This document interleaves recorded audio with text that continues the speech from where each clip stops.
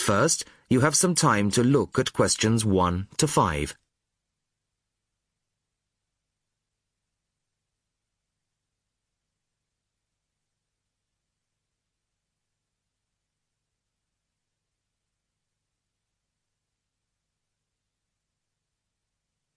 Now the test will begin. You should answer the questions as you listen, as you will not hear the recording a second time. Listen carefully to the first part of the conversation and answer questions 1 to 5. Good afternoon. How can I help you? Hello, my name's Kevin Brown. I saw your advertisement in today's local paper, apartments to let in all areas of the city. Yes, Mr. Brown. We currently have several properties available. What part of the city were you thinking of? Well, city centre ideally. OK. And what price range are you interested in? I don't really know. What have you got? Well, prices start at £400 a month, going up to £1,000 a month. OK. And what's the difference? What does the price depend on? Well, the number of bedrooms, mainly. Uh-huh. The cheaper apartments have 1 bedroom, while the most expensive have 3 or 4 bedrooms. OK. 2 bedrooms would be nice. So I'll say 2 bedrooms up to £600 a month. Mm-hmm. Do you have anything like that? Right, sir. We have... just give me a moment, please. Mm-hmm. We have 2 properties that might interest you. One is in North Street. It's a very nice apartment, but it's £750 a month. But that includes a private parking space. £750. That's a bit higher than I'd like to go, really. Do you have anything less expensive? Yes. We have another one at £625 a month. £625? Mm-hmm. All right, that sounds interesting. Where is it? It's in Cornell Road, at number 12B. I don't know that. How do you spell it? It's Cornell. It's near the park. I've never heard of it, but I'm sure I'll be able to find it on a map. Before you hear the rest of the conversation, you have some time to look at questions 6 to 10.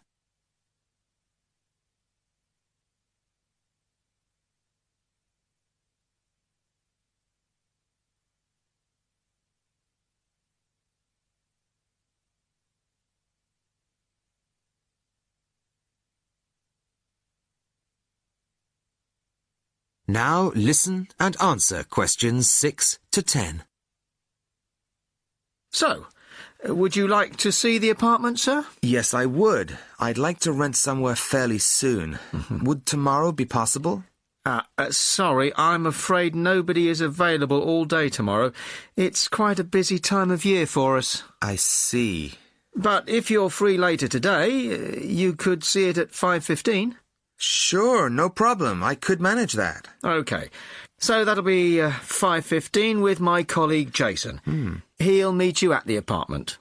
That's fine. And one more thing. What do I need to provide to rent an apartment with you? What documents, that kind of thing? Yes, of course. Do you have a job? Yes, I work in a travel agency.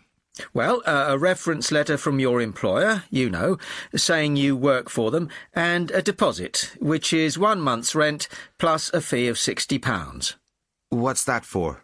It's an administration fee to cover the cost of preparing the contract. OK. And one last thing. When would this apartment be available?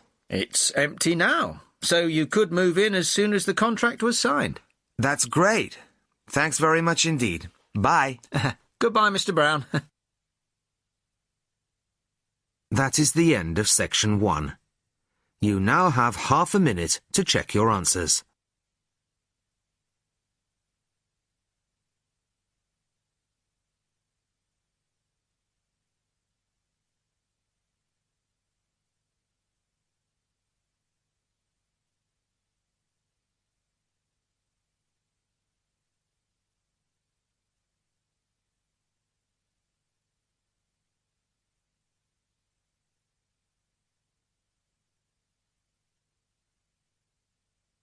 Test 2, Section 2.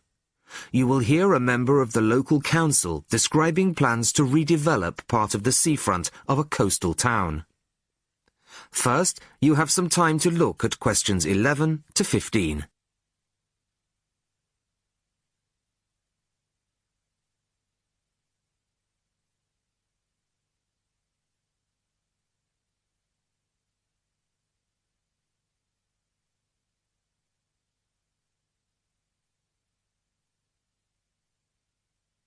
Listen carefully to the first part of the talk and answer questions 11 to 15. Good evening, everybody. I wasn't expecting to see so many people. Clearly, this is an issue of great local interest. Thank you all for coming. Well, as you all know, I've come to talk about the Council's plans for redeveloping the western part of the seafront. Firstly, of course, the Queen's Parade shopping centre is to be demolished. It was built on the cheap and in a hurry in 1953 and recently came third in a national newspaper's ugliest buildings in the country list, so I don't think anybody's going to miss it. The question was, what do we replace it with? Well, after consultations with the local community, we decided, as I'm sure most of you are aware, to replace it with a complex of small shops and workshops, plus a 3-screen cinema. We particularly didn't want another bland glass and steel shopping centre full of the same old chain stores as every other town centre. No, this is our chance to do something just a little bit different. I'll start at the top.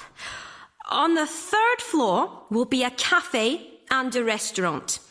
Part of this will be open air, so people can enjoy a meal or a cup of coffee in the fresh air, weather permitting, of course.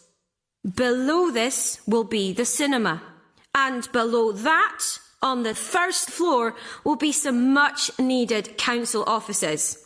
We're getting very cramped in the town hall, I can assure you. On the ground floor will be 20 small shop units, ranging in size from 20 to 50 square metres. Also on the ground floor will be 5 workshop spaces, which we hope will attract small manufacturing businesses back to the town centre, providing some additional local employment. Underneath the centre will be an underground car park. Not a great big car park like in the present centre. Our aim is that most visitors to the centre will come on foot or by bus. In fact, the car park will be restricted to people working in the centre and disabled visitors. Then, and perhaps this is the most exciting part of the project, the beach in front of the new complex is going to be completely transformed. We're going to extend the beach. Yes, extend it.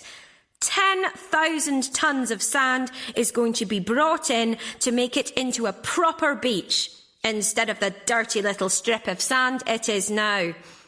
As well as being for the enjoyment of local people, we're hoping that a decent beach will attract more visitors to the town, and that has to be good for local businesses. Before you hear the rest of the talk, you have some time to look at questions 16 to 20.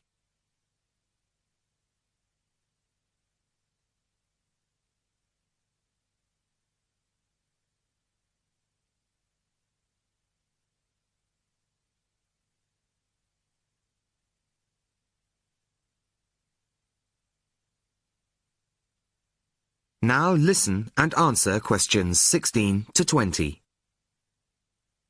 Now I must emphasise that these plans have not yet been finalised. That's what this meeting is about. Of course, it's vital with a project like this that we have the support of local people. After all, we work for you and it's your money that's paying for it. So, first of all, the plans for the new centre are going to go on display in the town hall. They'll be there from Monday the 5th of March until Friday the 6th of April. Plenty of time for anybody who's interested to get over there and have a look at them, I think. There'll be a suggestions box in the same room as the plans. Anybody who has anything to say is welcome to fill in a suggestions form. These forms will be looked at and taken seriously, you can be sure of that. Then on Tuesday, April the 10th, there'll be another public meeting much like this one, and in this same place. It'll start at 7 o'clock, and there'll be a chance for local residents to address the council. We'll also report back to you on the results gathered in the suggestions box. Anyway, I'd now like to hand you over to my colleague, my fellow councillor.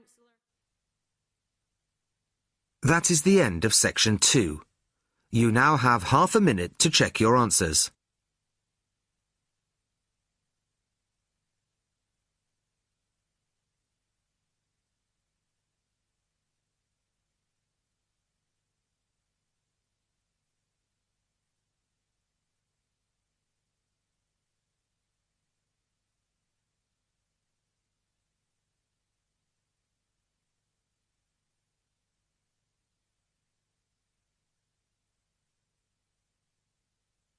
Test 2, Section 3. Maria is a student at university. She has handed the first draft of an essay to her tutor. The tutor has read it, and now they are discussing ways the essay can be improved. First, you have some time to look at questions 21 to 25.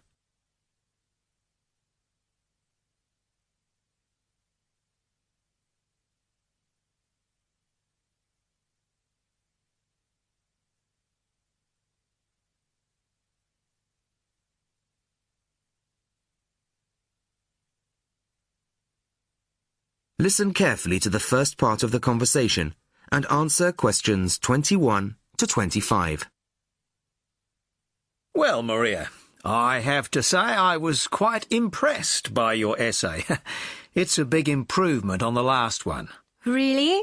I'm glad. I put a lot more work into this one. I really spent ages on it. And it shows. You've addressed most of the problems I pointed out last time. In particular, the style and language are much more appropriate for an academic essay. So that aspect is okay? Absolutely. If you carry on like this, you shouldn't have any significant problems in that department. That's a relief.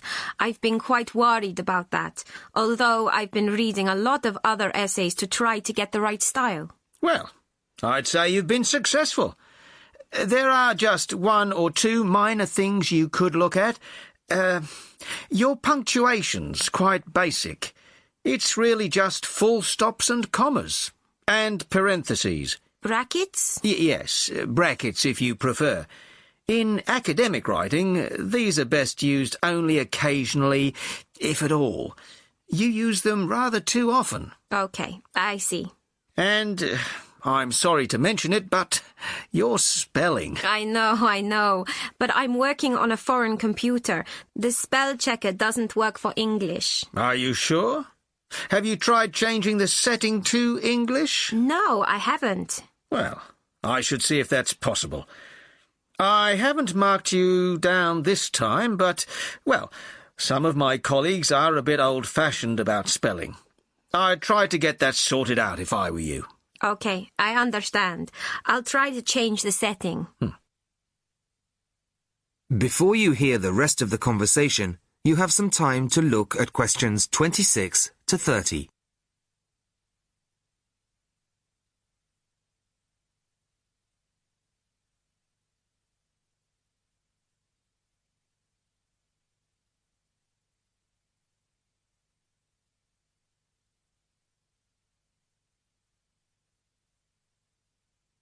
Now listen and answer questions 26 to 30. The only major problem I have with the content of your essay is the introduction.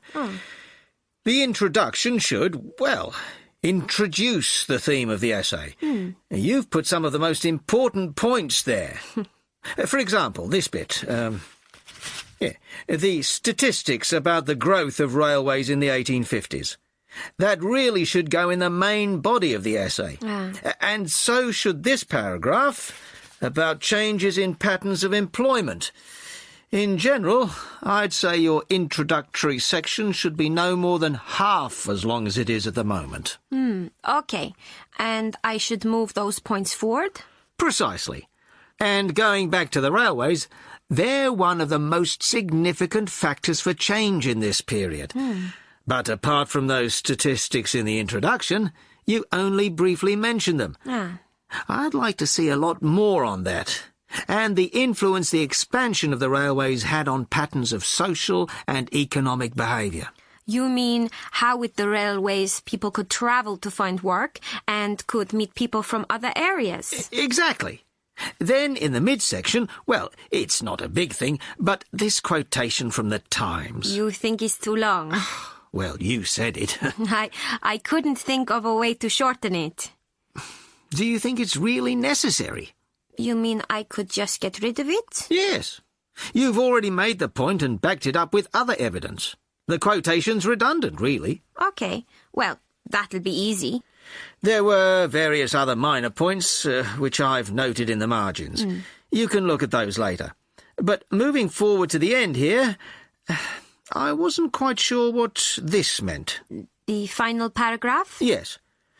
Are you saying that, on the whole, the changes of the mid-19th century tended to improve the lives of ordinary people or not?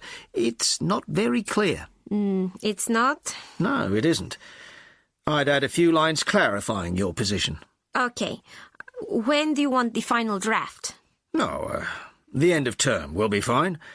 But there was just one other thing, the bibliography. Did you really read all these books? No. Just the books you actually consulted will be fine. You don't need to include everything ever published on the subject. Right, OK. Thanks. Bye. Goodbye. That is the end of section 3. You now have half a minute to check your answers.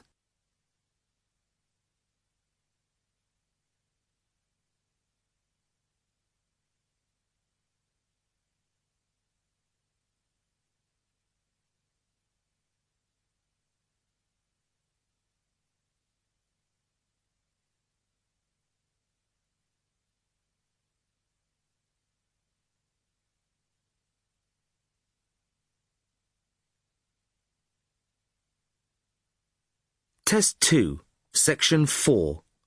You will hear a talk about stray cats. First, you have some time to look at questions 31 to 40.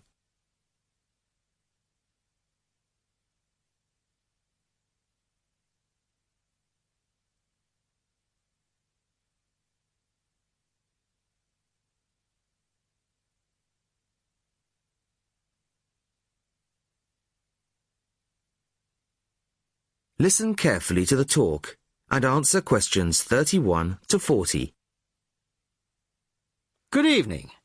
I'd like to introduce Laura Dunkswell of the Feral Cat Association. Laura has just returned from spending 3 months in Italy, where she has been working with local organisations to improve conditions for some of the estimated 1.5 million ownerless cats currently thought to be at large there. Thank you very much. The principal problem regarding this issue is much the same in Italy as it is in other countries. Public awareness. The general public have become so used to the sight of ownerless cats in poor condition wandering their streets that they simply don't recognise it as a problem. While some will put out scraps of food, the majority see feral cats in much the same light as, say, seagulls, a form of local wildlife which is of no particular concern to or responsibility of the human population. Of course, there are plenty of individuals who do take responsibility for cats in their areas, providing appropriate food, emergency veterinary treatment, and perhaps indoor shelter. But these people can only provide support for a fraction of the vast numbers of feral cats that exist. So, what's to be done? Find loving family homes for all feral cats? Well, that would be wonderful, of course, but unlikely to happen anytime soon. The two main focuses of our work are sterilisation and education. Sterilisation is usually only performed on female animals. It may seem a drastic intervention, but it benefits both the sterilised cats, who will not have to suffer the health consequences of endless pregnancies, and also the feral cat population as a whole, as controlling numbers reduces competition for whatever slender resources of food may exist. Animals to be neutered are captured and sedated at the point of capture to minimise their stress and discomfort. They are then taken to a temporary centre set up by a local organisation, and the operations are carried out under anaesthetic by trained veterinary surgeons, all of whom kindly donate their time. Now, while domestic cats can recuperate in the comfort of their owners' homes, feral cats have no such luxury. They are kept at the centre for around 24 hours, then returned to the locality from which they came. Dissolving stitches are used, and each cat that has been operated on has the tip of one ear clipped, a sign that the animal has already been neutered. A few animals have been electronically tagged and their progress monitored. In general, it has been found that neutering does not diminish an animal's chances of survival. On the contrary, the evidence suggests that sterilised females have a significantly improved chance of remaining in adequate health. The other focus of our work is, as I said, education, publicising the issue and raising awareness. Our current poster campaign is a translation of the widely used slogan, "A kitten is not just for Christmas." At present, resources are rather limited, but, funds permitting, a campaign of radio advertisements is planned, perhaps in the run-up to next Christmas, reminding people that families may quickly become bored with the responsibility of owning a domestic animal. Last year, we used newspaper ads featuring pictures of emaciated strays and highlighting the fact that abandoning an animal simply transfers your problem to somebody else. Which leads me on to the final point I'd like to make. Organisations such as ours are sometimes depicted as being mainly for sentimental animal lovers. Well, I make no apology for that, but our work has a wider importance than the welfare of cats. Ownerless cats tend to quickly fall into ill health and can become a health hazard in various ways, including the spreading of disease and parasites. Children can be especially vulnerable to this, as they are more likely to handle an infected or infested animal. Thank you very much, Laura. That is the end of section 4. You now have half a minute to check your answers.